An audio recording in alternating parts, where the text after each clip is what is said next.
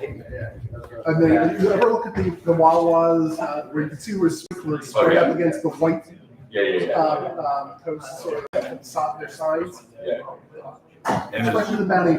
there's a couple ones, we always do irrigation wells, so that, and we can't afford a well and a conditioning system. We don't have that. Where we are is 80 wells, 160 feet, but the motor's down at 80 on Do we 90. have any of this stuff electronics? If not, I'll come over and I'll take pictures of the pump. Because it's always sitting right there in the book, right by the well. The book by the well? There should be usually a book by the well. Okay. There will be tomorrow. You want to get information from our well driller? Yeah. Tell me what you need. Yeah, just send me an email so I can send you an email back and we'll go from there. So you'll get 3 games, you'll get new certifications. Are you president? God bless you. That's a thankless job. How is everything attendance like? No, they're just looking to serve. Good. New baby pool. Through a ton. Just, I think this is the first year we didn't renew. My niece has gone there for 4 years.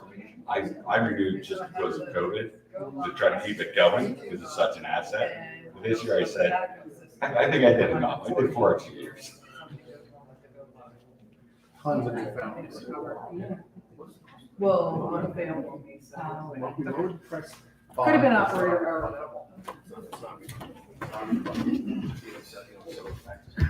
Yeah, so I did 4 extra renewals and you get to keep whatever I have. So I'm fine. I got 4 more years, 3 more years. How long's your term? Well, no, until my son ages out. Okay, yeah, so that's like when my niece aged out, it was like, but I wasn't gonna discontinue membership during COVID. I thought that would hurt the club. And a lot of clubs are struggling in other towns, so Yeah. it's good that we're doing so strong. Has anybody heard from Brian Shannon? We have. Wait, he can't vote, Michael. We have 5 then.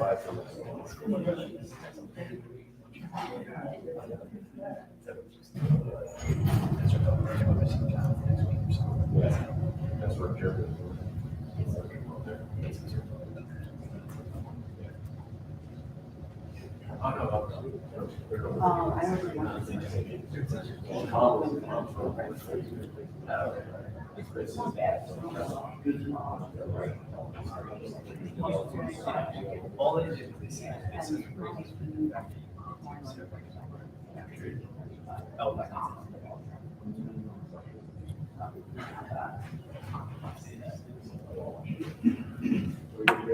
Yes. All right, this is the July 20th meeting of the Planning Board of Haddon Heights. This meeting is being held in accordance with sunshine laws of the state of New Jersey, chapter 145 by mayor and council, and the Planning Board for official notices. Notice of this meeting was posted in the retrospect and also for the bulletin on the borough bulletin board and the borough's website for that purpose. Roll call, Suzanne, please. Sure. Mr. Madden, Here. Mr. Dukakis, Here. Chairman Hanson, Here. Mayor Houck, Here. Councilman Morgan, Here. and Mr. Schmidt. Here. We have for flag salute. Pledge allegiance to the flag of the United States of America and to the republic for which it stands, one nation, under God, indivisible, with liberty and justice for all. First order of business, correspondence. Do you have any correspondence? Well, yes, but it's related to the For the case. case, yeah, we'll Okay. save that for the case. Okay. Public comment for items not on the agenda. Does anybody want to come up and speak for any items that are on our agenda this evening? Open that up. Seeing none, we'll close that portion of the meeting. Any board comments for non-agenda items? All right, first order of administrative business before we get to our case this evening, approval of minutes. Approval of June 15, 2023 minutes. Has everybody had a chance to review the minutes? Any questions or comments, revisions on the minutes? Seeing none, we'll entertain a motion to approve. I'll make a motion. Second? I'll second. So just a voice vote, all in favor? Aye. Any opposed? Abstain? Any abstains? Anybody else? Everybody else was here, I think. Resolutions, we have 4 resolutions this evening. First resolution is case number 23-6-1P, Sue and John Goff, 1500 Maple Avenue, block 104, lot 11. Has everybody had a chance to review the resolution? Any comments, revisions? Seeing none, entertain a motion to approve the resolution. I'll make a motion to approve. I'll second. Suzanne, call the roll of all the affirmative voting members on that case. Chairman Hansen, Yes. Mayor Hauck, Yes. Mr. Madden, Yes. Mr. Schmidt, Yes. and Councilman Morgan. Yes. Motion passes. Next resolution is case number 23-6-2P. That's Rachel Davy, 1422 Chestnut Avenue, block 111, lot 2. Everybody had a chance to review the resolution? Any questions, comments, revisions on the resolution? Seeing none, I'll entertain a motion to approve. Make a motion to approve. Do we have a second? Second. Who second? Chris, Thank you. Mayor Howell first. Okay, got it. Call the roll, please. Sure. Chairman Hansen, Yes. Mayor Hauck, Yes. Mr. Madden, Yes. Mr. Schmidt, Yes. and Councilman Morgan. Yes. Okay, next resolution is for case number 23-6-3P. It's Richard Kocher, III, 1025 West High Street, block 72, lot 30. Everybody had a chance to review the resolution. If so, were there any questions, comments, revisions necessary? It's just a typo at the very end. You have Christopher Moran. It's Okay. Other than that, that's it.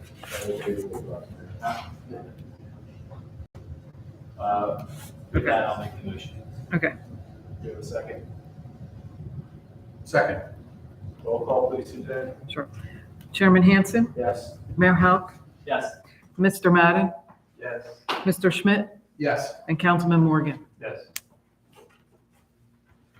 Motion passes. Last resolution this evening is case number 23-6-4P. That's Timothy Biggs, 207 10th Ave, block 57, lot 16. Has everybody had a chance to review the resolution? Any comments, questions, or revisions? Seeing none, we'll entertain a fifth motion to approve. So moved. Second. Do a motion and a second. Suzanne, call the roll, please. Chairman Hansen, Yes. Mayor Hauck, Yes. Mr. Schmidt, Yes. and Mr. Morgan. Yes. Motion passes. We'll move on to our new business this evening. We have one application. That's case number 23-7-1P. This is Tanner Brewing Company, 222 West Atlantic Avenue, block 29, lot 4. It's a site plan waiver and minor site plan approval. I'll turn it over to Mr. Brad, who's, and we have a review on this case. And Okay.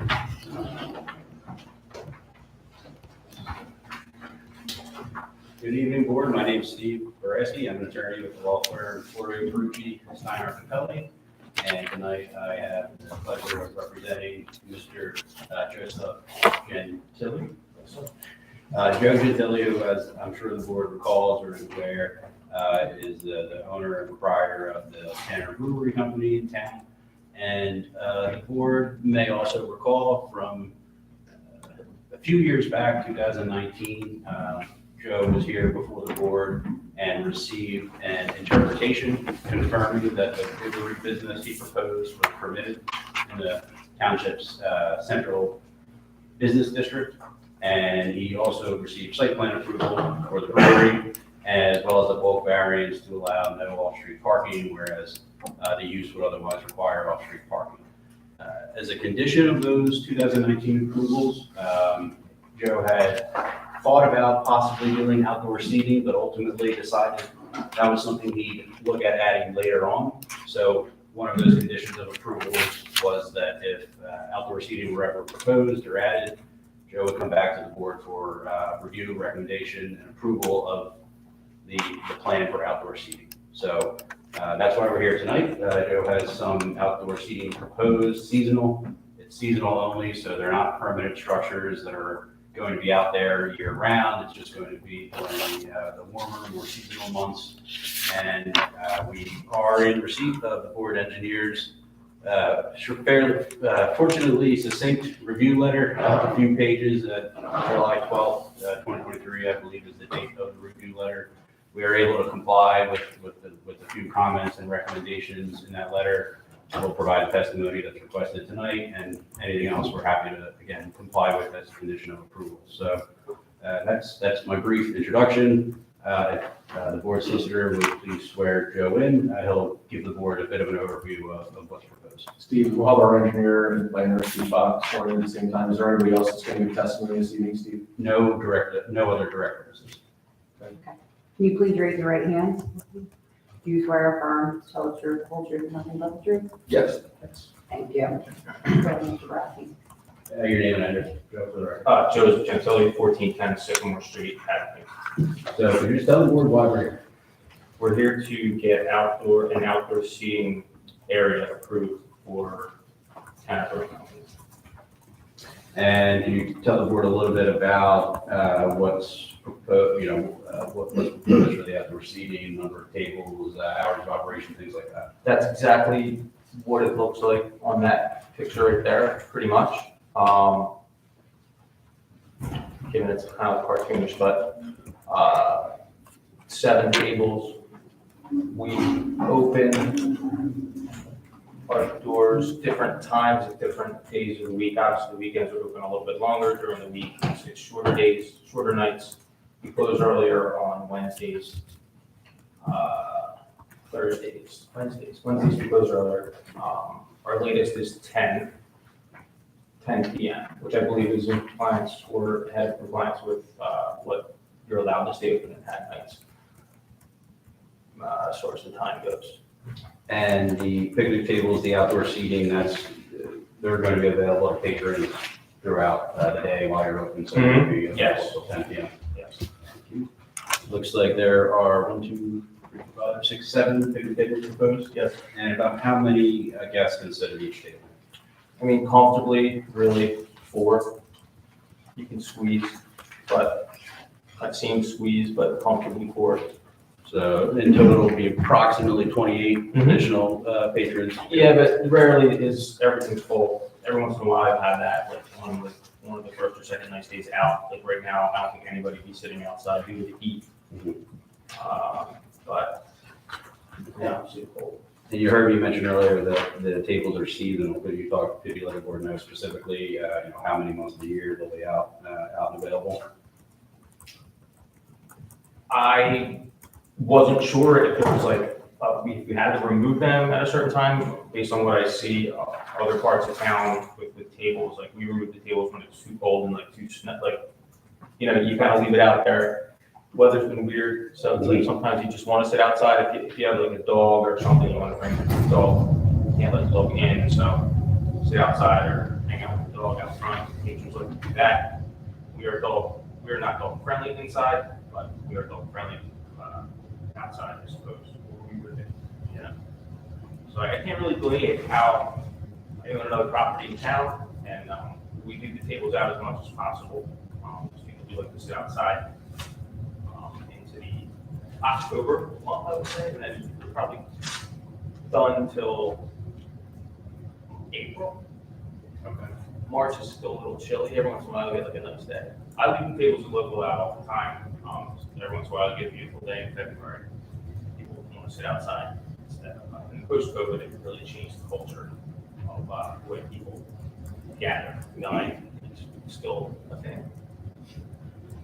I agree. So roughly they would be out there April to October, depending on the weather, the change of the seasons, I suppose.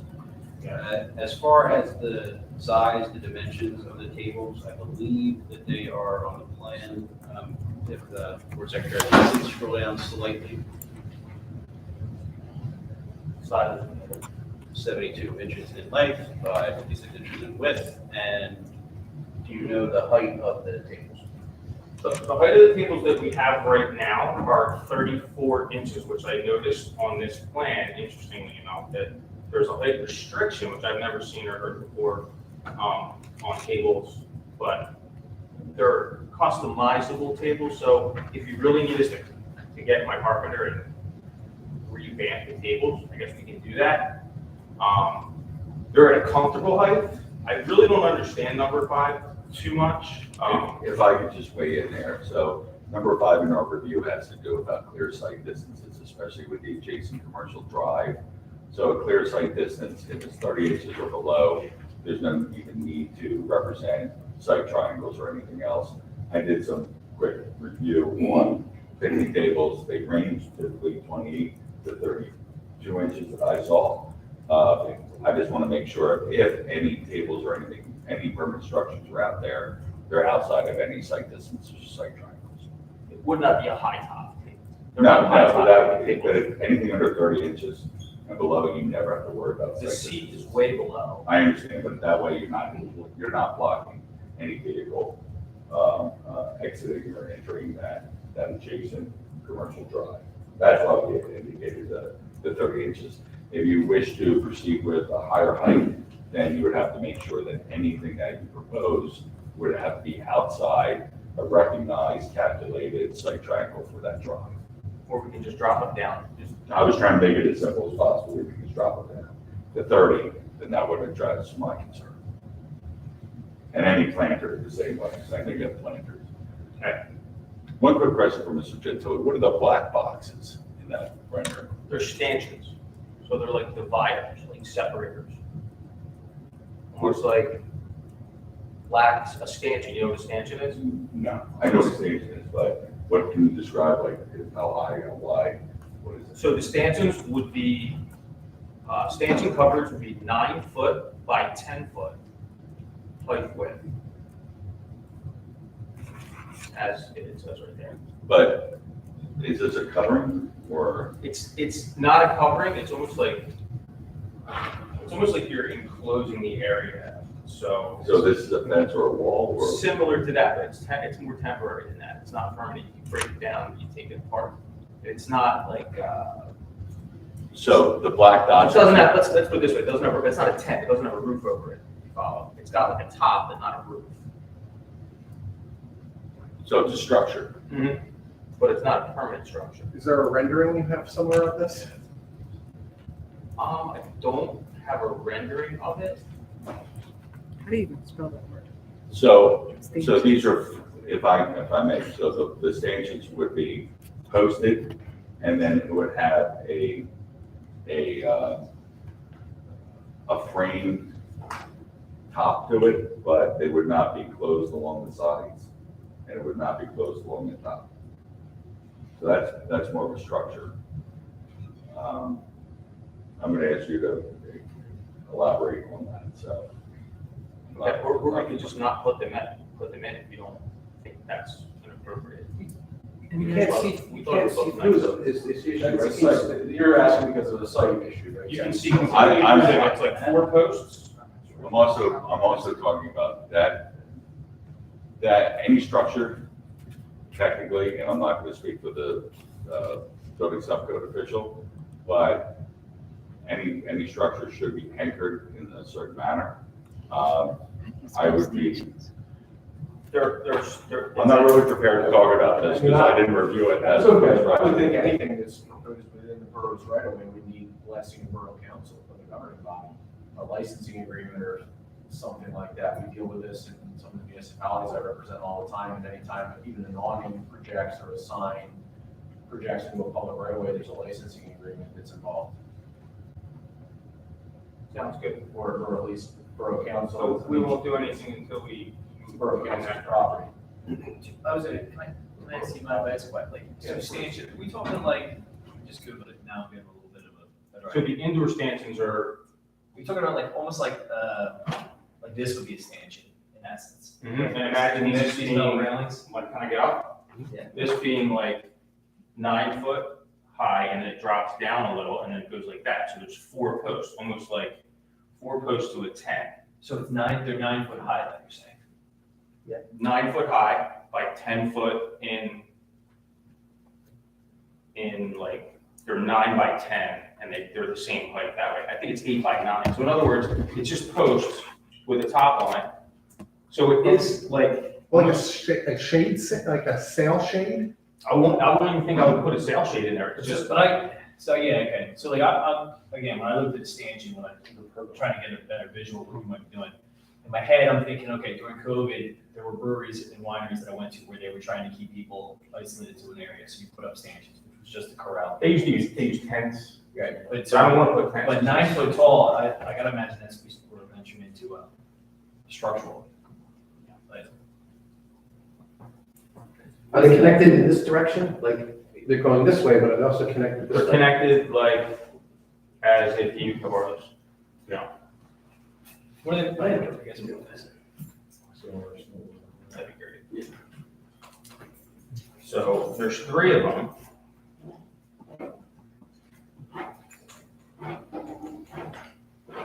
Can't you Google it for us?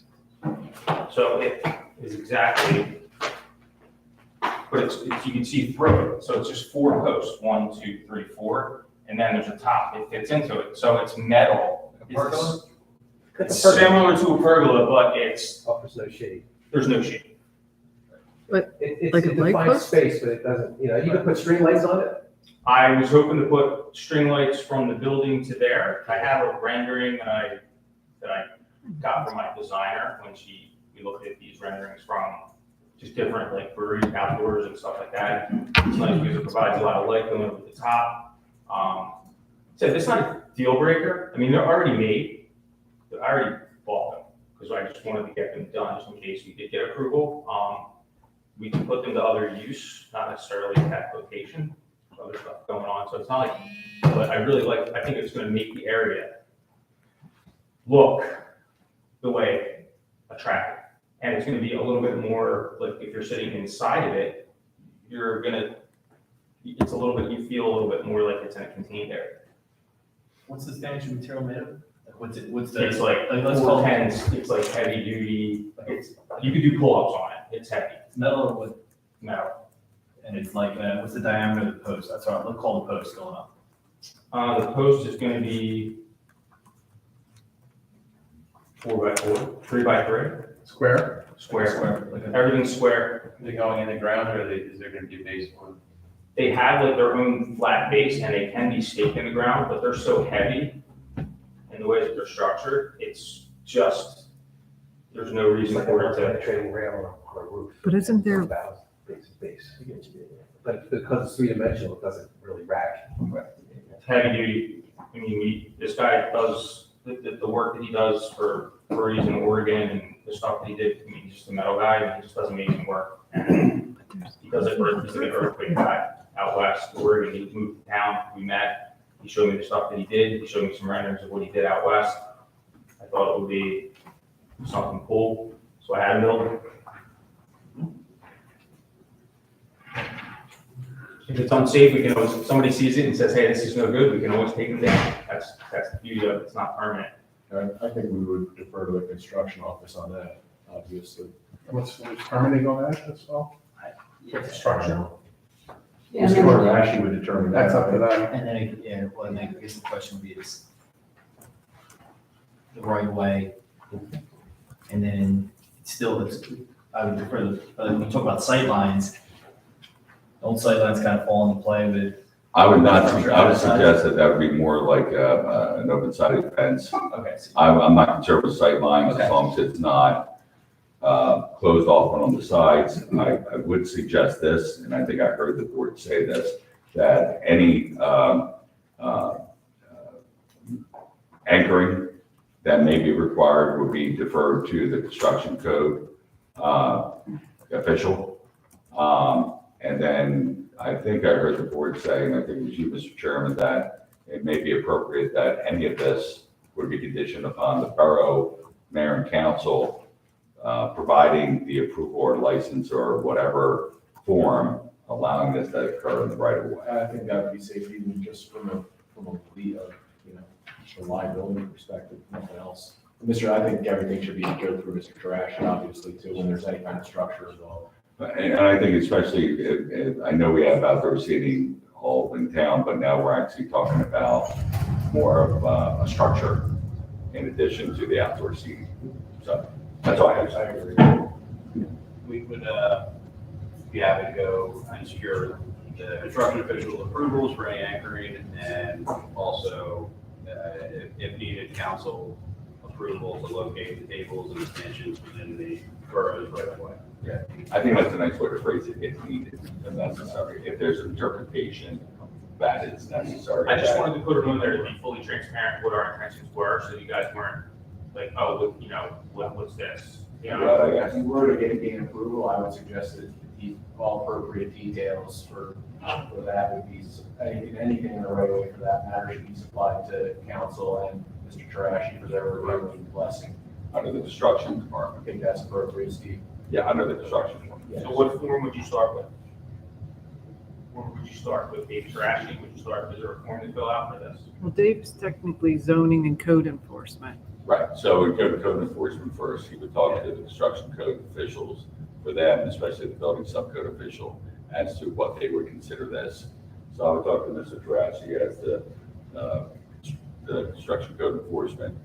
And we're making an appointment with who's our head code official? Ed Gorman. Ed Gorman. And Ed, what? So should I start with Ed?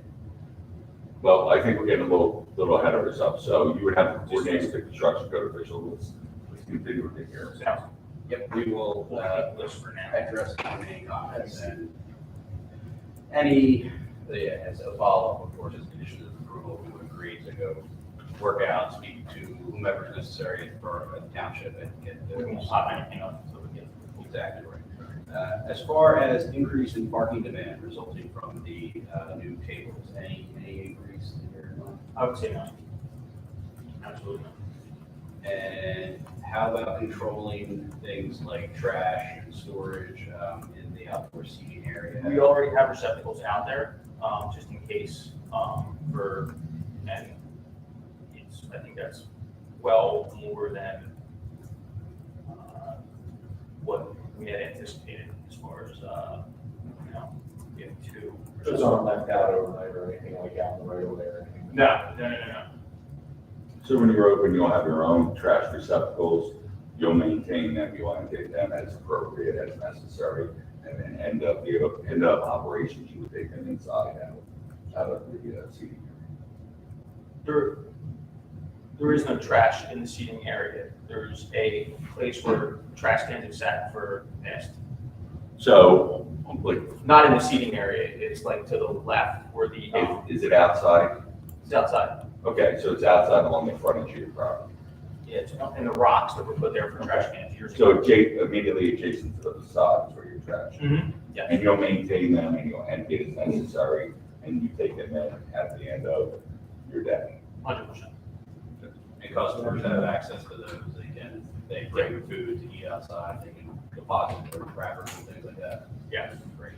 And as far as noise, any thoughts on controlling noise, or at least making sure that it doesn't get overly rowdy out there? If it happens to be, if 20 of the 28 Boston seats are filled, or if there's. Yeah, we had some thoughts on that. We want to be good neighbors for sure. I imagine in the first couple, times people were outside, sometimes it just gets generally loud depending on which way the wind's blowing. So we were thinking maybe, we open till 10 o'clock, maybe shutting down the outdoor seating area half an hour early, just because it would be like the right thing to do. 9:30 is kind of like anyway, start to shut it down, turn the lights down, or just like, hey, bring people inside, make it apparent that we're gonna start to shut things down at 9:30, 9:45. Just so we can be done out there and get cleared out, so it doesn't. I've walked around a bunch of times since this whole thing, just to make sure when there's people, and, because I did have a little bit of time before the tables were pulled in, when we realized this was going on, we had a complaint we got from one neighbor, and we took it seriously, and I walked around and I made sure, and I just want to maintain that. So we'll shut everything down a little bit earlier than by 10 o'clock, everybody's ready to go. I mean, everybody's ready to shut down. It's not like, people are dying to hang around, everybody who works there, everybody who's there is ready to be done their shift at that time and go home to their families. So it's not like we're looking to stick around outside hanging around. It's just not the way it operates. So really think that that's something that we talked about at the very, very beginning before, when this all just first came up, how can we accommodate that? I think that's because we're sharing, it's a business district, but it's also residential, so we want to make sure that all our neighbors, some of those neighbors are sitting behind me right now, and, I hope, I ask them all the time, is it loud? Did you hear anything? We communicate pretty well, and, so we're on it. We want to be good neighbors, for sure. So your employees, you'll have them sort of monitor things and keep an eye on things if it gets too loud? It'll be part of the closing procedures. Great. And then also just throughout the evening, or even the day, if there's folks getting loud, you're Absolutely. go out and say, please. We're even thinking about putting signs like out there and just being like little things on the tables and being like, be conscious of, we do have neighbors, around here. So we want to be conscious of our neighbors, for sure. So fair to say, you'll be conscious of neighbors, you'll be taking steps to make sure that any of the outdoor seating doesn't disturb them, as much as you can possibly. I have a photo, I just want to ask Mr. Gentili on Sheriff Board, is that the trash? Yes. That's what we're talking about? That's what they're left. They've been there the whole time.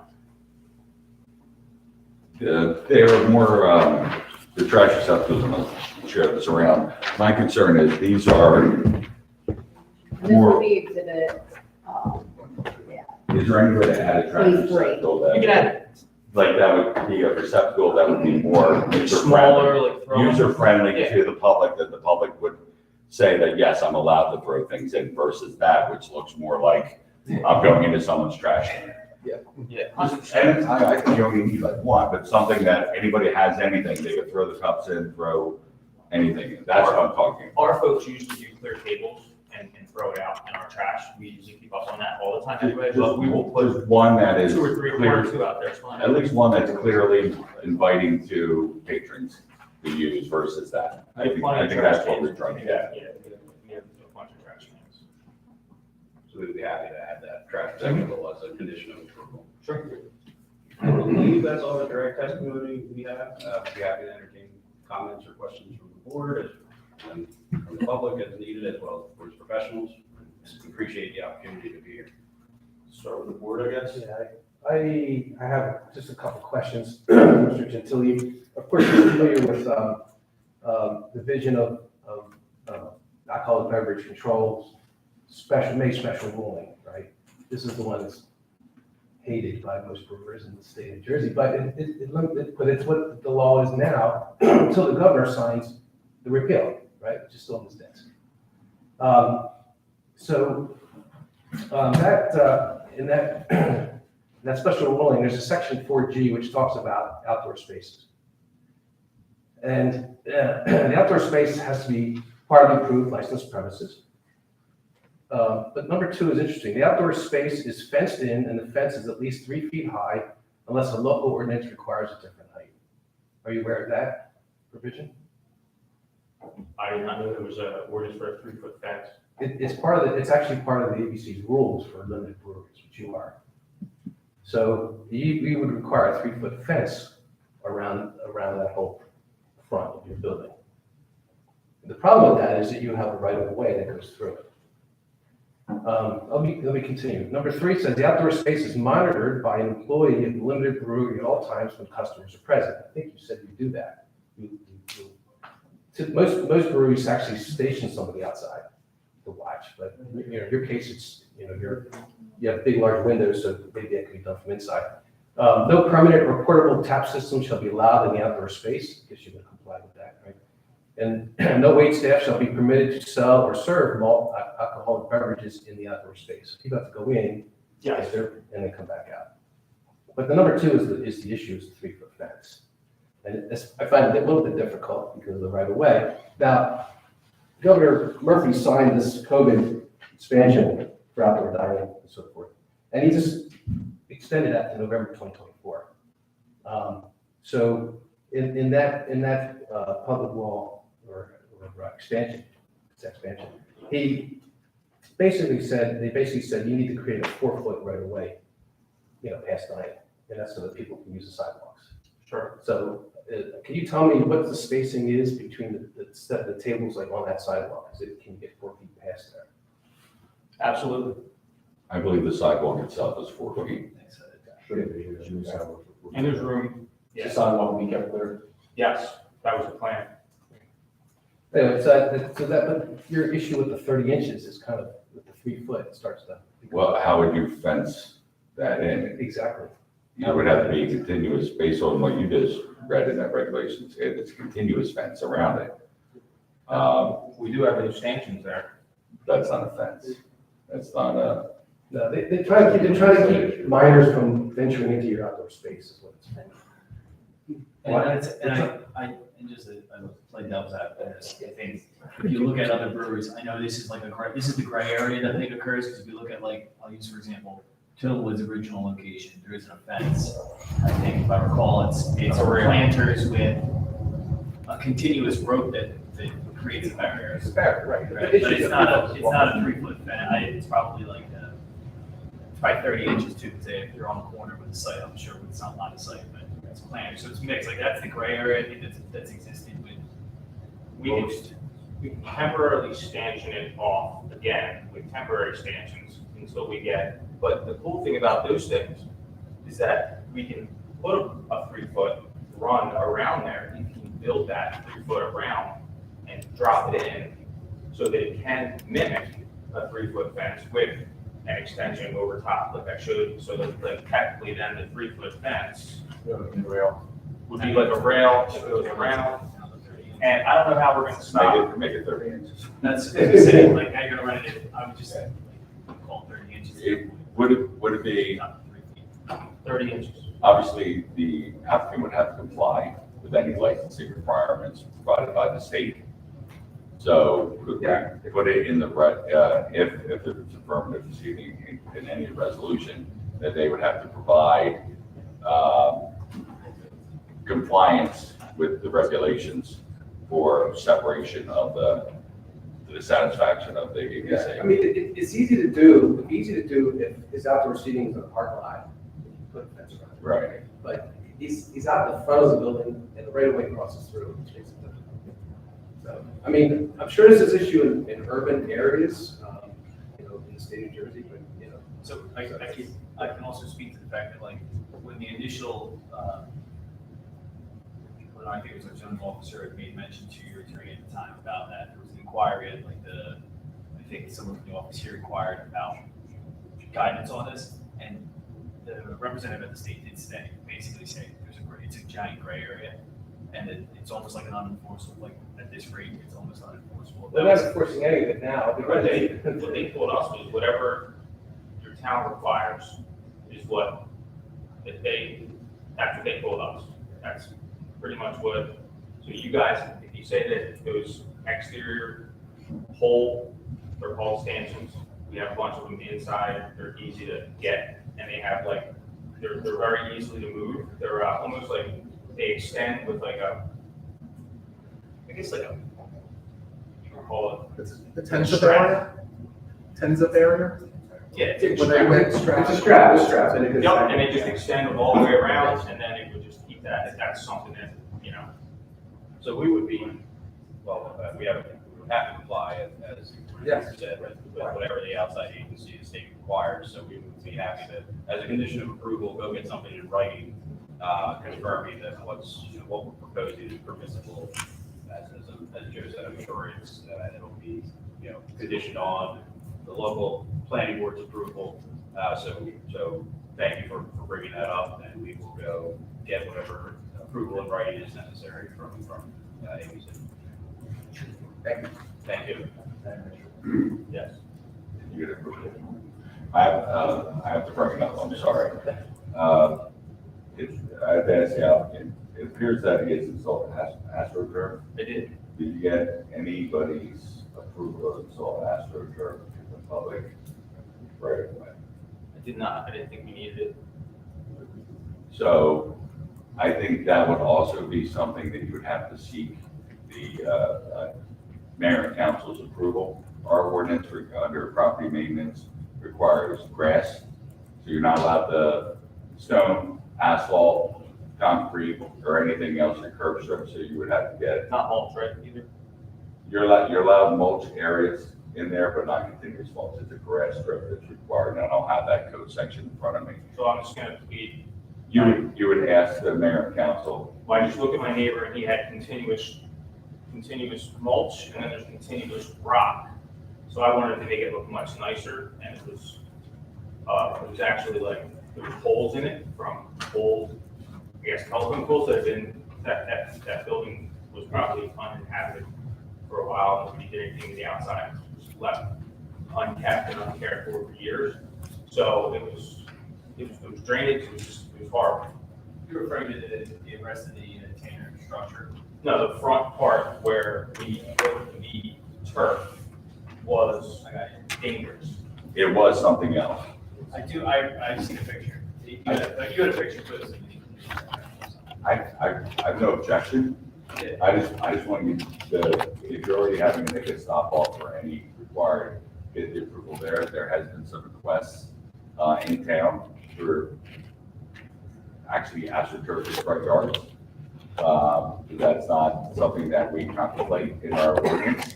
So I think that would be something that would have to be approved. And because it's right of way, not private property, I think it rests appropriately with mayor and council as a treatment in the right of way.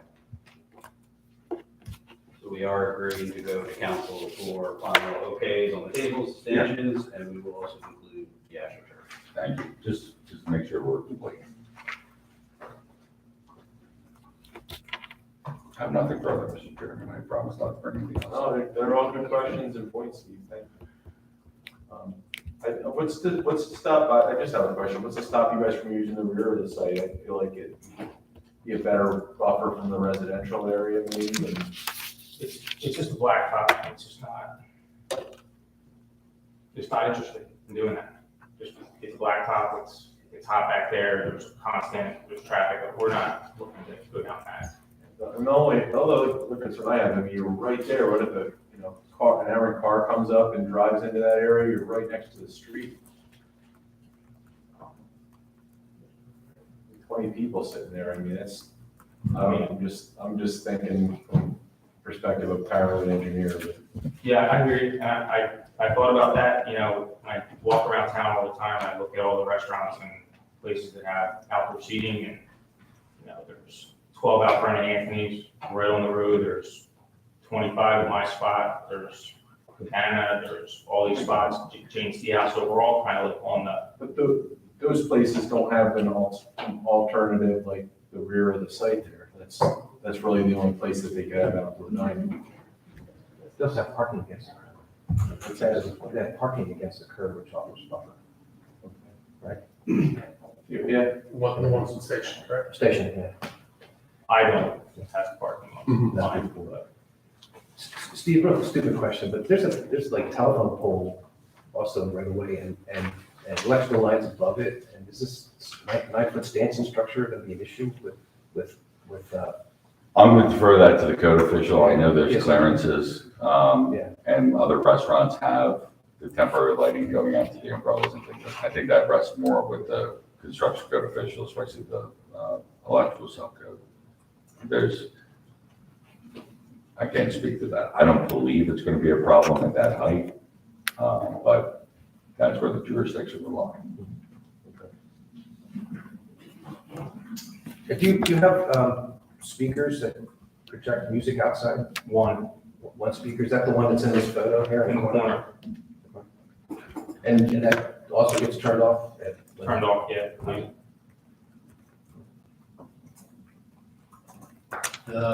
And this might be for Steve or for you, Joe.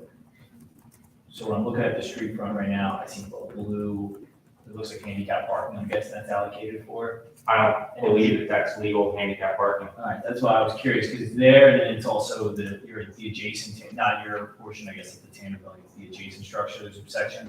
I saw some guy out there painting at one time, I have no idea who it was. It's, There's signs or anything, right? no, there's no sign. So that's why I'm scratching my head on this a little bit, because I don't see signs. I can see there's yellow, then it goes blue for 20 feet, it looks like, and then yellow again. And it's the only reason I'm scratching my head is because in the original 2018 or 19 resolution, there's a note in there about providing handicap parking. And again, I don't know all the legality of it. We made a comment on That's why I'm it. kind of confused. The finding was that the board felt that having off-street parking, including handicap parking based on the use and everything, was acceptable. Not having it was acceptable. Not having it. So they didn't have to provide any off-street parking, or if there's no off-street parking, there's no provision and no requirement to provide off-street handicap accessible parking. I'm not aware of who painted that blue. That'd be a great question. If it's not in your ordinance anywhere, and I can follow up with Mr. Trashy, if it's not in our ordinance as this being, we should get it painted yellow. There's no parking on that side of the road. So Well, that's why I was Especially if there's confused. more down by the art house and there's signs of that, I mean, without going out there measuring it, it doesn't look compliant. I mean, There's no parking along that side down there. I believe that's in your ordinance. Yes, there is. Yeah. There is. In front of the art house? It's a drop-off zone, and then there's parking up here a little bit, Okay. heading towards the SOF building. I would find out what's in your ordinance right now in terms of what is allowed and not allowed. Yeah, because so Hard House has handicap parking, blue curb. Painted the press curve where the ramp, I guess this is where the ramp would be used to bring out disabled, bring out the wheelchair. But Mr. Gentile, you're saying there's some sort of prohibition about parking in front of your property? What do you mean? Is there any prohibition that you know of for cars to park along this curb line? No. Okay.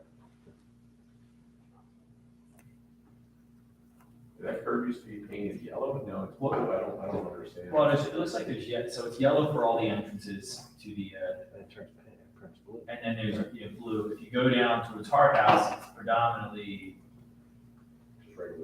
just regular curb and parking permitted, with the exception of the handicap. I thought it was white before, I don't know why it was painted blue. Looking at Google Map, in 17, it was not painted at all, and 19 it was painted. Because it was white. Steve, go back to just your statement. So you were saying that because if I recall, right, if I'm looking right here, it says they would consult with, I believe, the engineers, what it says about the need for handicap parking. You're saying that in that consultation, there was no need for. I believe in that resolution, and I want in front of you, see the resolution? It said off-street parking was not a requirement. So if you don't have off-street parking, how can you? If you have off-street parking, the only requirement is the state statute that requires 1 for 25, 2 for 50. So if you don't have off-street parking required, you're not gonna have handicap parking required. That would be my interpretation. So if I can get back to this, in terms of, if there's no prohibition on parking in front of there, we should talk to Mr. Trashy and see what we do to rectify the mysterious yellow paint, blue paint, and restore it to white, so parking could be permitted. And that would be then a consistent treatment as Station Avenue, where parking is allowed along that area. Gave the variance for off-street parking, not to backtrack, we did give them the variance for off-street parking. You did? Yeah, we granted a variance, relieving them of off-street parking. Right. So, Yeah, not to beat that further. yeah, so that relieves, parking in that Yeah, area. yes.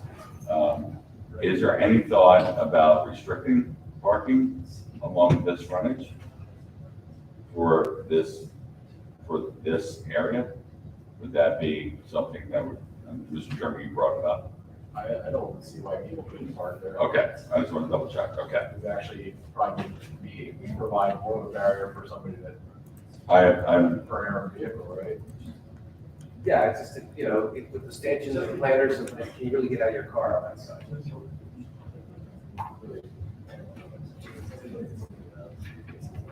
not a lot of road. Mr. Gentile, do people usually park along that front of the loop? Every once in a while, people that know that it's like, people that are there that know that the blue is not, that we know that it's not really handicapped, so we park there. You know? And we, as far as the stanchions go, it's distance with, you keep them the same distance as,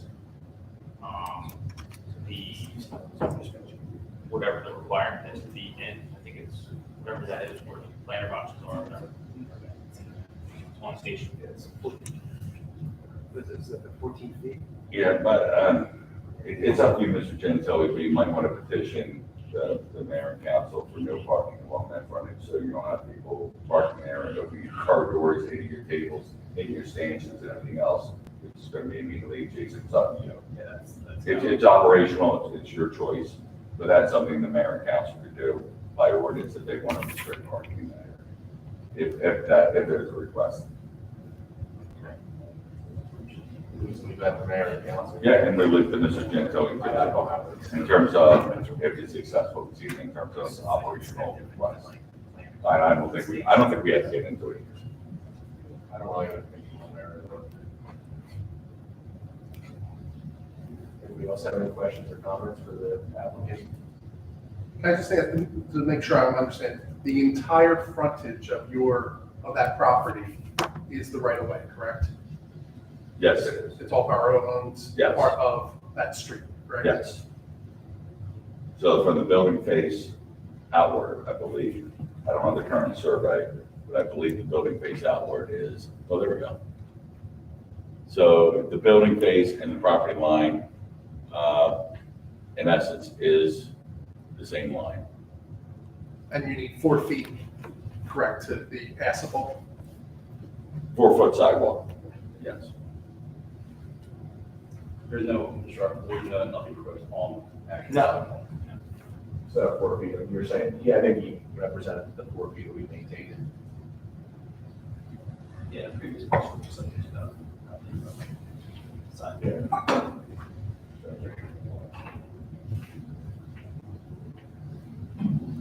Anybody else?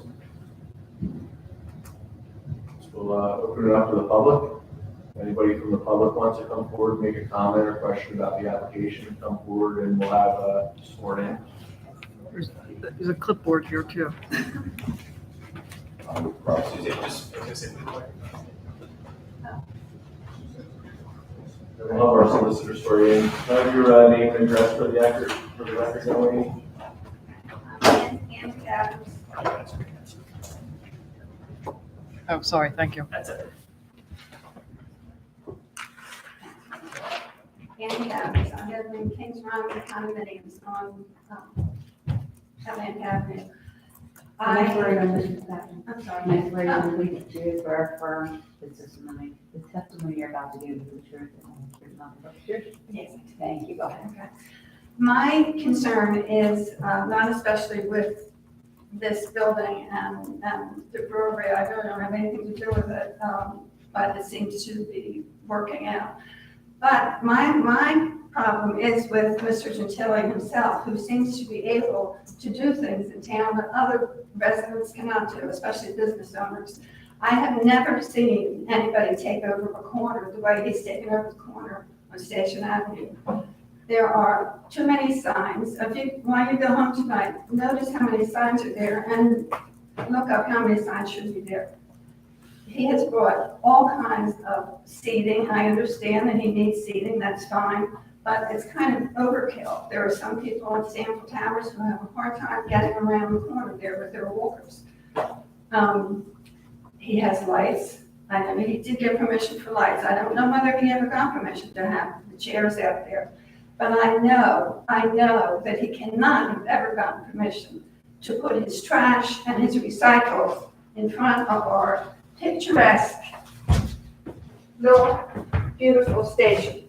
And I am very much afraid. And let the record reflect this will be fine.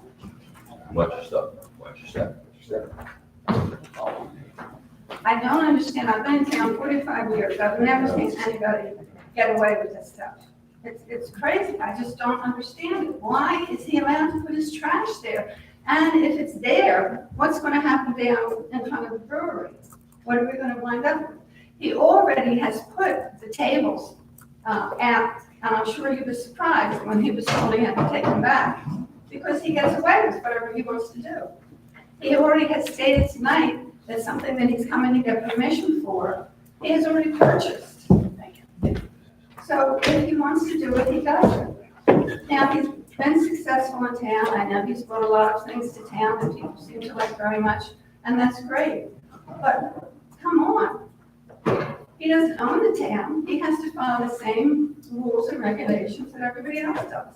I appreciate your comments. I can't really comment on the situation over at Local Links because it's not part of the application this evening. We're talking specifically about the brewery. I know you say that they're related, but those are the kind of issues that we're trying to flesh out this evening. Right, but Operation. That's please why keep we're in doing this. mind what may happen at the second location, what has already happened at the first. Thank you. Don't be sorry, don't be sorry. You know, it's interesting, you know, the COVID ruling to allow outdoor spaces, you know, it's pretty clear about the 4-foot path, and it's required for the public, right? It is. So that's an issue with Local Links, and that's, again, we're not gonna address that here, but It's more of a something code you should look at. issue, you know? I have 6 foot between tables, and I've measured it, and I measured the planters, and I measured the distances, and I do diligence based on what's already in place.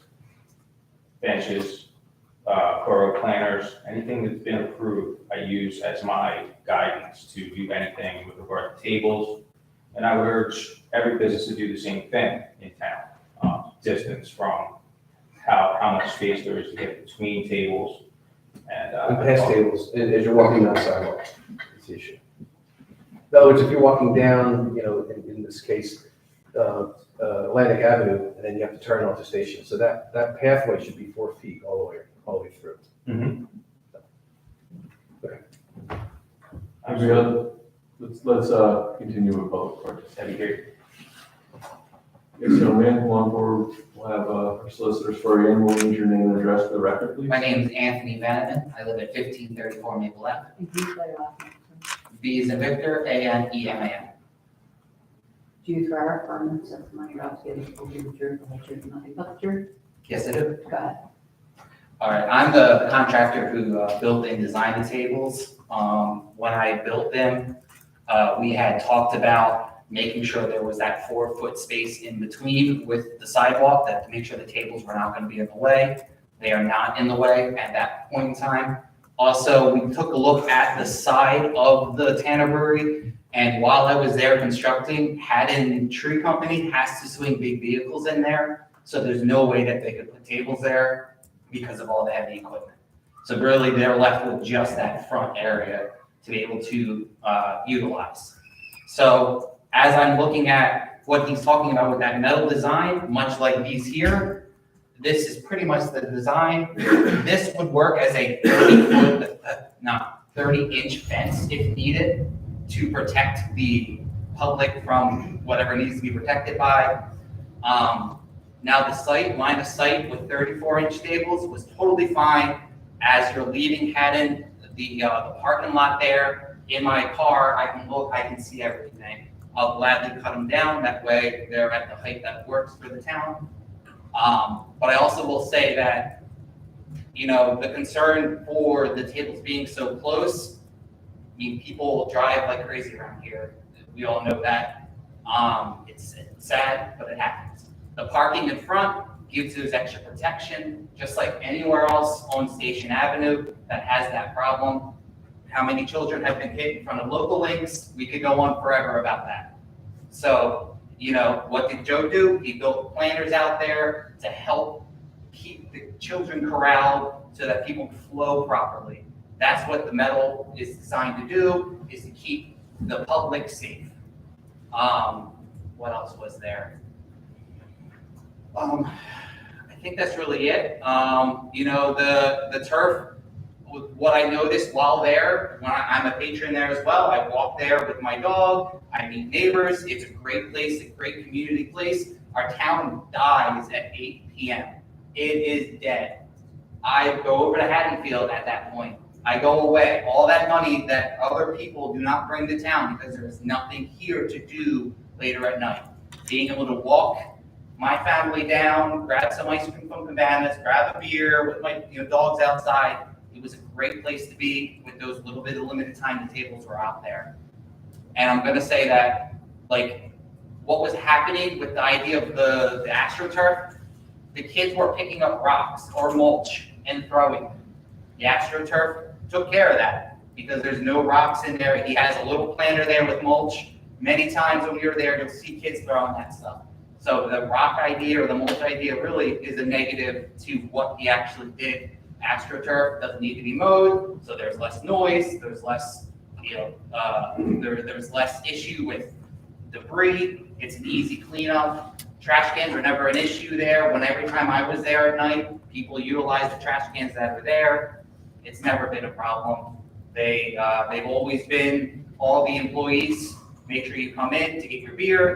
They supervise.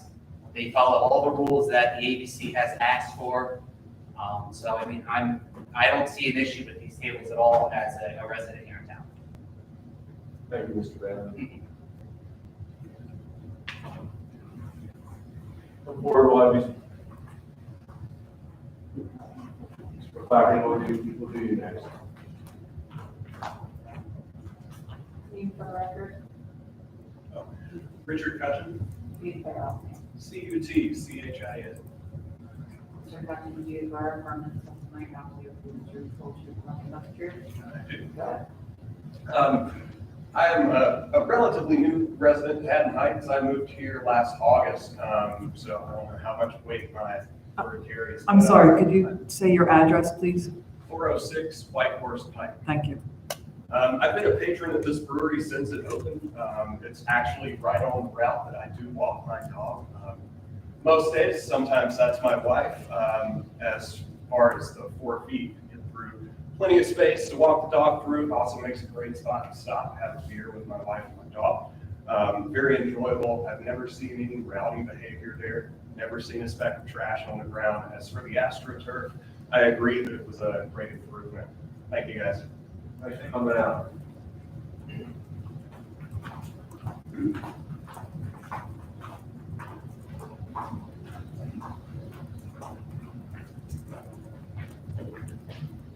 John McClavin, 601 Garden Street.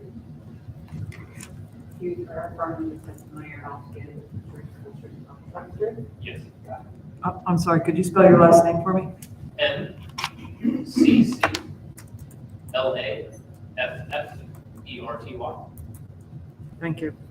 I just wanted to speak on behalf of Joe and the brewery. There was some concern with picnic tables with noise, and 601 Garden Street, I'm immediately adjacent, I'm right next to him, basically those trash cans, right to the left of there, and the noise has not been an issue. I can hear people out there, but it's just, you're hearing people have a nice time, and no one's been rowdy, rude. So basically just want to say there's really no objection as far as the noise. I know, John, you came out when Joe was originally approved, and you guys all spoke in favor of. Yeah, You we said wanted it generally. something there, and it seemed like better than, I know, I mean, you came out, you guys were against the apartments, and then Right. Joe came, and you guys were for this. You say that it's not a nuisance, and not a nuisance today. he's working with the neighbors, he is working with neighbors Yeah. to address if there's a noise concern or anything. Yeah. Is that generally the feeling of the neighborhood, would you say, in your? I think so, yeah. I mean, when I've spoken with him, you know, at the brewery, he's always concerned about making sure that he's not playing. I know you represented that earlier. Yeah, to the best of his ability, you know. Yeah, I figured I would just, again, chime in on the fact that being probably the closest property to him. I'm glad you came out, Yeah. that was one of the. Now, the noise may carry across Atlantic, because there was a neighbor that was concerned there, and I don't know what that, you know, how much Address different that. maybe going straight across as being adjacent, but I can't imagine it'd be that bad that You're right next door, it's so. right next door. And again, I can hear people, but I hear just the sound of residents enjoying themselves.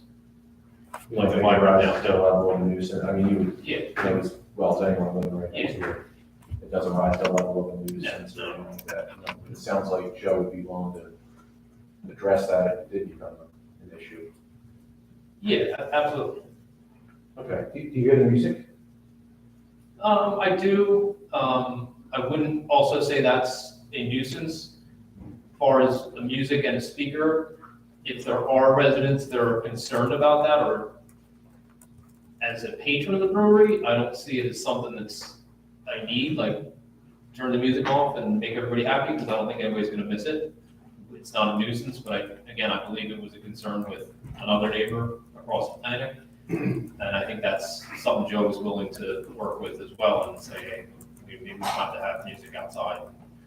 Because I don't think anybody's paying that much attention to it. They're speaking with each other, at a table. Well, maybe that's, I mean, if that's a concern, maybe that's something we could address by having the music turned off at a certain hour. Yeah, like he said, I think he wanted to turn it off early. Yeah, maybe even earlier than like 9, so some people go to bed early, I guess. Right. So. Yeah, the music itself has never been. You're gonna hear the people talking over the music, so that's not a concern. Again, not to the point of it being a nuisance. Yeah, Mr. Chairman, I would suggest that maybe the board should not delve into the sound issues because. Yeah, like code enforcement. Yeah, and also we're technically at the property line, so I don't think we really should get into that. I would suggest we leave it with code enforcement and whatever the requirements of our ordinance and state statutes are. And let the board stay out of that. Okay. Anything else, John? And again, to the previous gentleman's point about what you mentioned as far as, is it an option in the back? And just being familiar with the property is just not. Okay. It's like an active work area with the tree trucks, with a couple different businesses back there. It's not conceivable. Okay, you haven't heard anybody else have an issue or anything? In the No, neighborhood? nothing I'm aware of. Okay, approval and appreciate you coming out and No problem. telling us, giving us the pulse of the neighborhood.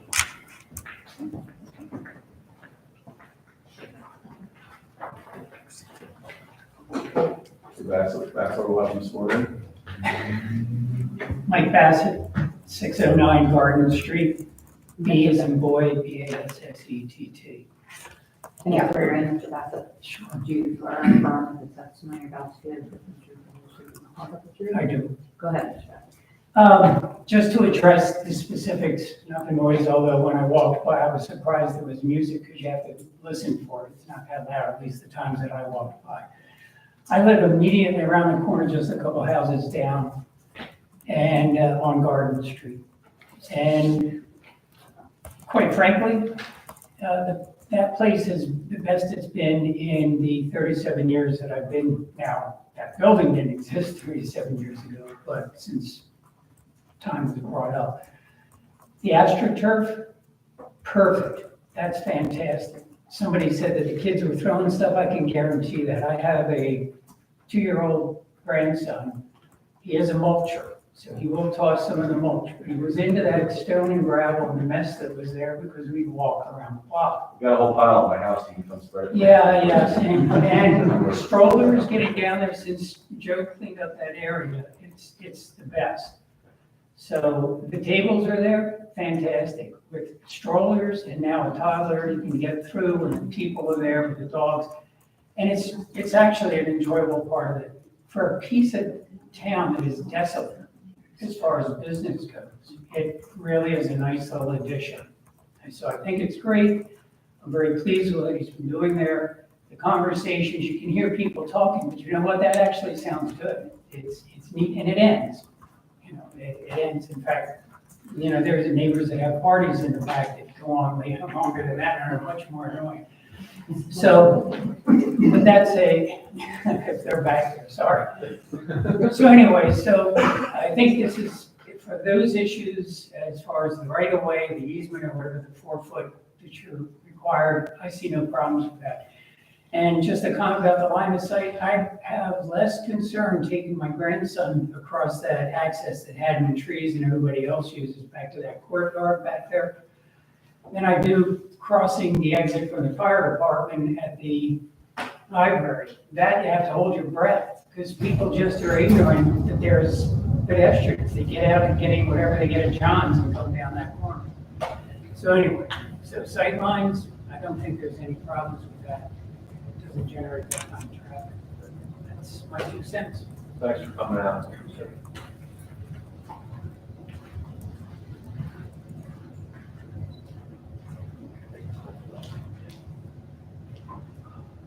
Hello, my name is Katie Fisher, F-I-S-H-E-R. I live at 314 White Horse Pike. When we Ms. first- Fisher, can I just bring us, do you swear affirm this testimony about the truth, whole truth, nothing but the truth? And Katie, K-A-T-I-E, correct? Okay, thank you. So my fiance and I moved to Haddon Heights from the city May of last year, so we're relatively new as well. We live pretty close in proximity to Tanner. One day walking around, we stumbled upon it, went in, may have stumbled out after having a few beers, but I have a very boring day job. So I had asked Joe, hey, do you need help on weekends? And he said, we do. I started working at Tanner. Being there, seeing what Joe, again, I'm new, but seeing what Joe's done for the community, it's just great as a younger person in the neighborhood, seeing it be revived. I'm from a very small town in Pennsylvania. I've seen it become desolate. People didn't want to put what Joe puts into this town, into that town. So going back home, it's sad. There's nothing there anymore. For people to say that he's not doing it properly, I understand that there's laws.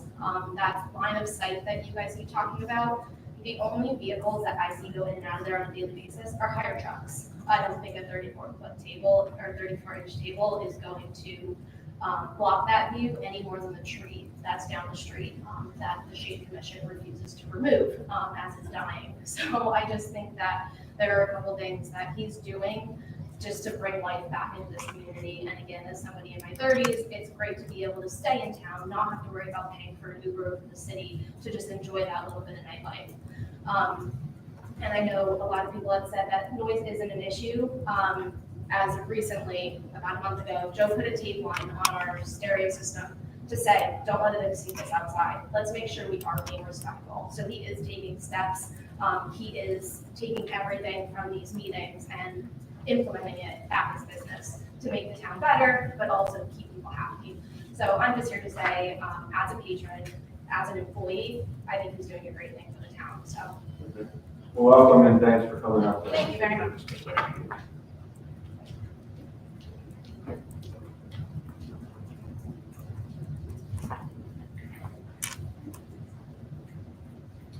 Evening, my name is Fabian Brown. My address is 244 Haddon Avenue, actually in Collinswood, New Jersey. I'm not a resident in Haddon Heights.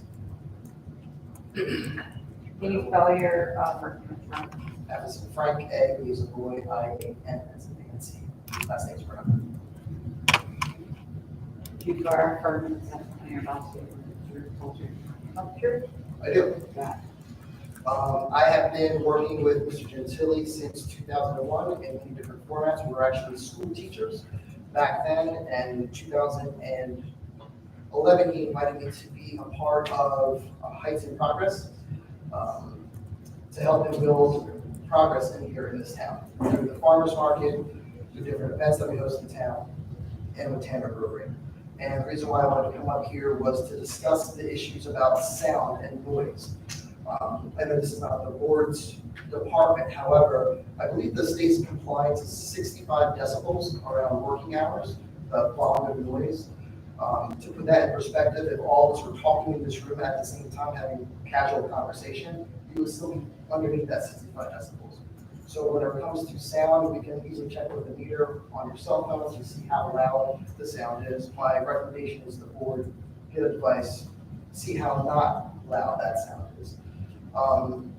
In addition with that, it's been wonderful working with Joe and all the progress that he brought to this town. Tanner Brewery is just another project that we have that's been nothing but well received in the community, and I stand by the decisions that he's making and the progress that we're making here in Haddon Heights.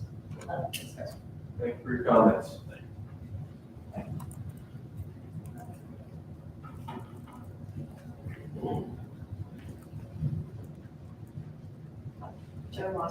how things run. Can you spell your last name? Pardon? Can you spell your last name? ROSSLER. Do you swear or affirm that something you're about to get is your full truth, nothing but the truth? Yes. Done. My concern with it is it going to look like Station Avenue? People from Sample Towers having to walk from their building down to Station Avenue and coming by Local Links. And they almost have to go single file because there's so many tables and plants. And a lot of these people have walkers. So is this going to be the same thing, where people aren't going to be able to walk side by side from Station Avenue to Green Street, or no, High Street? So I guarantee that that won't be, that this location won't mirror Station Avenue and Local Links location. I mean, you've ever been there during the day or on the weekend when you're seeing people from Stanfield Towers or anyone else try to walk through that alleyway or pathway? Mr. Ostler, we can only comment on this application because that's the one I in front of realize us. that, And but, the applicant has made a representation that the sidewalk will be kept clear. yeah, I'm sure he made that application when he made Local Links also. If he doesn't comply with that condition, then it'll be a code enforcement issue, just like Then it's a level enforcement issue. it would be a code enforcement issue at that point. And where is the trash cans going to be on this location? I believe Mr. Gentile gave testimony. That they represented that the trash cans are in the stone area. If you're looking at the facade to the left, the existing trash cans would remain there. He's gonna add one additional user-friendly trash can adjacent to the facade. I believe that's what Mr. Gentile said. So it's going to be red trash can, obviously, recyclable can. No, it would just be a trash can that is not, doesn't look like a private trash can, that looks like a public trash can, similar to what you have in the downtown, but something that doesn't look like you're going in and opening up some neighbor's trash and putting it in. So that's up to Mr. Gentile in terms of the style. And how about at the time it's going to be, how often does that get empty? Of course, it's going to depend on the number of people, but obviously. All I can say is Mr. Gentile representing, because I asked that specific question, that he will maintain and he will empty that refuse container as necessary. And then we also have a problem with the Station Avenue. We can't talk about Station I know. Avenue this evening because that's not in front of us. Again, are we going to be having the same? That would be best. Thank you. Okay. Thank you for coming out. Would anybody else like to speak on the application? You have your, Oh, we did have nobody has an objection. I'm gonna read an email that Suzanne received from Frank Wackerly at 217 East Atlantic Avenue. There were actually two emails. Mr. Grassi, Are you? do you consent to that, or do you prefer that the, Is. he's not here, He's not right? here, Cross he couldn't examine be now, here. so that's up to you. Yeah, I would, I mean, we have had a good amount of public testimony, so without an opportunity to cross-examine the writer of the email tonight, I would have to object. He's not here to cross examine, so. I'll leave that in your. Yeah, but it's up to expertise. you, if you prefer that it not be read, because he's not here to cross examine. Yeah, I would object. It just- Yeah. it's- Okay. Okay, we'll leave that. Anybody else? Seeing none, we'll close the public participation, bring it back to the board for comment, discussion, and potential motion. Anybody from the board in light of the public comment have any further questions or comments?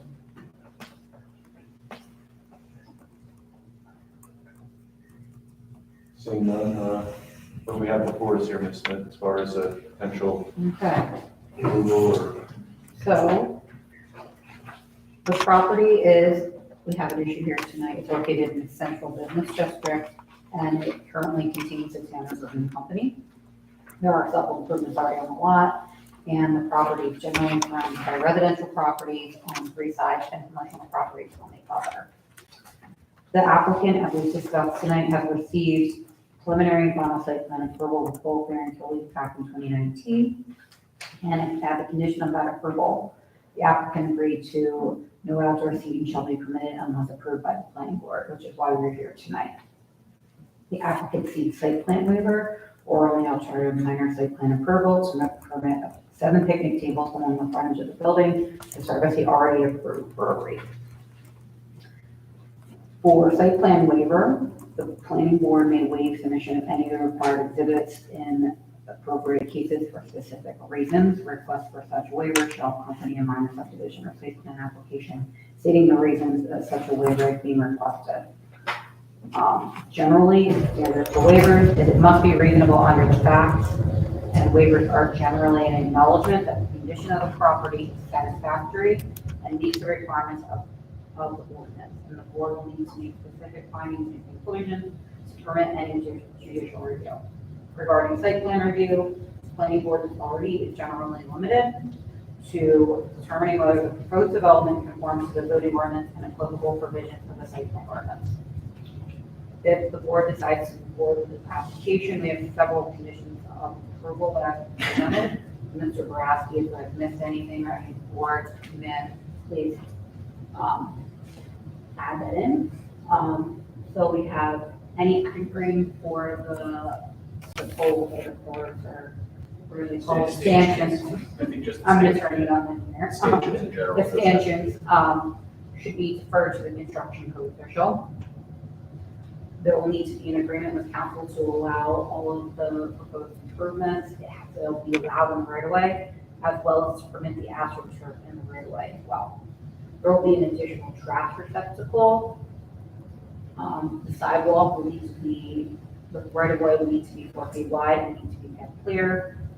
The applicant will need to seek some sort of writing approval to make sure they are compliant with the enclosure requirement from the ABC ruling.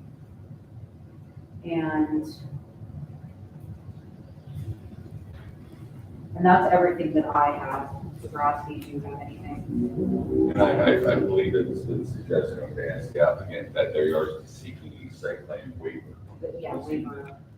And that's my understanding as well, and I support a site plan waiver as we put this application, and not proposing any substantial improvements, and also no improvements on their actual private property. All the improvements are in the public right of way. So I think a site plan waiver would be appropriate. I just made one small amendment to one of those conditions, is that the entire stanchion assembly, not just the anchoring and the lighting should go through for the construction code official. Anything to do with the stanchion structure or any exterior lighting should be subject to the construction code official review and approval. I'm just hearing the testimony and see what I saw. Maybe we could condition the outdoor speaker going off by 9 o'clock. I think that would be reasonable, Joe. Sounds good. Just to try to modify the one neighbor that's. I was gonna say that, if you look at our noise ordinance, that's where like that's the time, that's the trigger. Not everybody is aware. Obviously, there's plenty of parties that have existed. And it's everyone's right. One said the wedding on Maple Avenue. It becomes a code enforcement at the end of it, but that goes a long way to making features. False alarm of our ordinance. As long as you're, I just asked that the speaker be off by 9 o'clock. We would agree. Okay. Was there? And then you're gonna have to do the trash receptacle as necessary. I think that's everything in Steve's letter as well. Anything that- Yeah. So, and everything in the letter was already addressed, that they're being tight and things like that. What's their decision being on the height tables? I was gonna say the site plan, right? So that's the question. Without evidence of a site triangle, 30 inches would cover everything that's out there. So in terms of planters, the tables, everything else, you would not have to establish a calculated site distance. My fear is that if you start calculating the site distance from 12.5 foot off back of the curb, it's going to go right through the majority of the tables along the curb side. Yeah. That's why I was willing to accept the 30-inch height requirement to prevent having to come back to basically consult the engineer on some requirements. Sure. I think it gives a free hand along that area where we do not have, we're following a standard. And I think that's the best way. It gives a free hand for that area to be used. If anything that's gonna be over 30 inches, he's gotta show a site triangle to you, basically.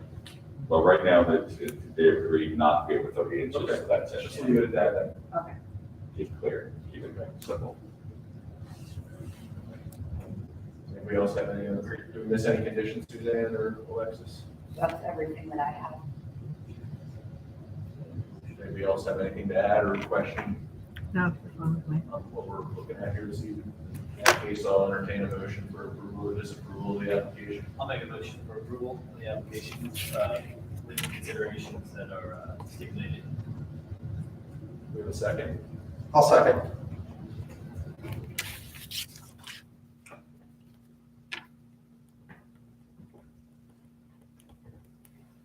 Sorry. Mr. Dukakis, Yes. Chairman Hanson, Yes. Mayor Halk, Yes. Councilman Morgan, Yes. Mr. Schmidt, Yes. and Councilman Morgan. Yeah. Oh, yes. Okay, sorry. Thank you, board. Motion passes. I just have a question regarding timing. So you write the resolution, it gets second voted next month. At what point does it go before mayor and council? Well, I think that, my guess would be it's gonna go to construction office first, so he could do that as early as tomorrow. So what'll need to be done is before any of this is done, condition of approval, we'll need to get that taken care of with council. Okay, We'll pursue that Yeah. sort of independently. Yeah. They would not be, you can consult with the construction department, unless conditions of this approval are met. They won't be able to get a construction permit. Yeah. No, right, that's what I'm saying, they're gonna advise. Yeah. So my point would be, the construction office is gonna advise mayor and council. Because we're gonna be sitting in the same boat here, where we're gonna have the same questions that we're gonna need construction officials, opinion on, right? Does that make sense? Well, Council will be. looking at- council will probably do the same sort of conditions, right? I'm referring to, yeah. Yeah, mayor and council will probably do the same conditions that. Right, we would hear the same thing, the same questions are gonna arise. That's what I'm. Probably make more sense for it to come to you guys first in case you put additional conditions on it before it goes to the construction. I understand what you're saying there. So I think Mr. Gentile can consult with the construction code office, but he won't be able to receive any permits until the conditions of approval are met. The main condition is approval from mayor and council for improvements in the right of way. Right. And I would suggest that mayor and council probably would be well guided by the conditions that were set forth by the planning board. Because I think that would take care of most of the concerns, meaning that subject to construction code official with structure, anchoring and all those things. Just make note, there's only one meeting in August as of right, that is traditionally, and that's August the 2nd. Correct. Wednesday, August 2nd, it's not a Tuesday. Because national, I know. Thank you, I was going to They ask, requested. I was going to ask when the next council August meeting 2nd, was. that's what I'm just mentioning that. We traditionally only do one meeting in August just because of the summer, so. so then if all goes well, we could have the second vote by next month. Yeah, I guess. I didn't know if you were a two vote. No, it's not an ordinance, it's not an ordinance. This would be a resolution by mayor Yeah, and yeah. council. Yeah. And then after that condition, I believe the applicant, and you, Mr. Chairman, I don't want to steal your thunder, but the applicant can then start making some applications and proceed at his own risk. Knowing that we still have the memorialized resolution, and then we have the 45-day appeal process after publication. Save me some I'm sorry, so you got talking. So it would be proceed at your own risk after second vote. After the resolution's Okay. passed and the memorialization of that decision. Okay. 45 days. So it'll be 45 days after it's posted. Okay, As long as he meets the conditions of the approval, which was just outlined. Okay.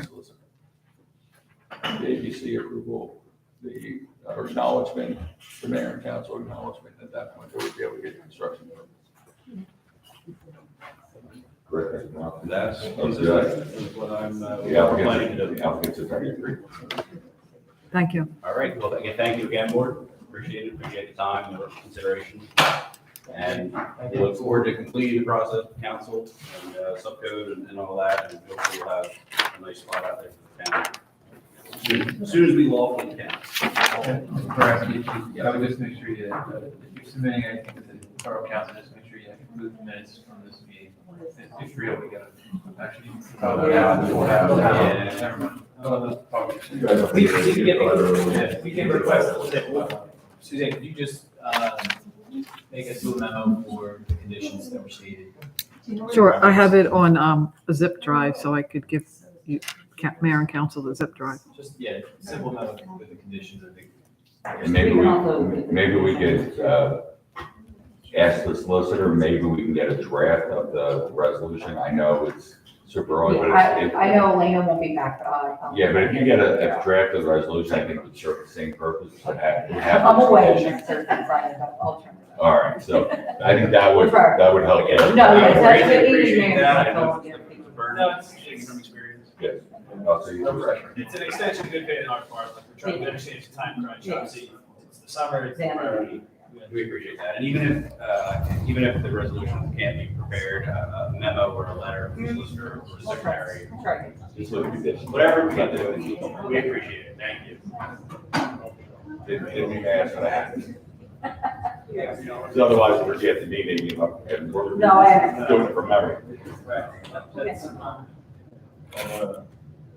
Concludes everything on our agenda. Does anybody want to bring anything else up before we, finish, right? Yeah, we have to finish. Sign ordinance stuff still. Did you get what you needed from Frank? Did you get what we needed from Frank? I saw one, actually, but I didn't ask for a sign. First thing I did. It's not the first time. so Frank submitted a letter of resignation for the board, yes, Frank first submitted a letter of resignation to the board, and, I believe there may be one other pending resignation letter coming.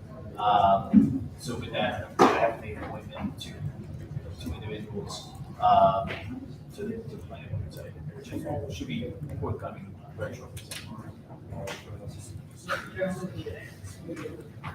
Seeing, no other, we don't have any other business this evening, I'll entertain a motion for adjournment. So moved. Seconded? All in favor? Aye. Adjourned. Thanks, everybody.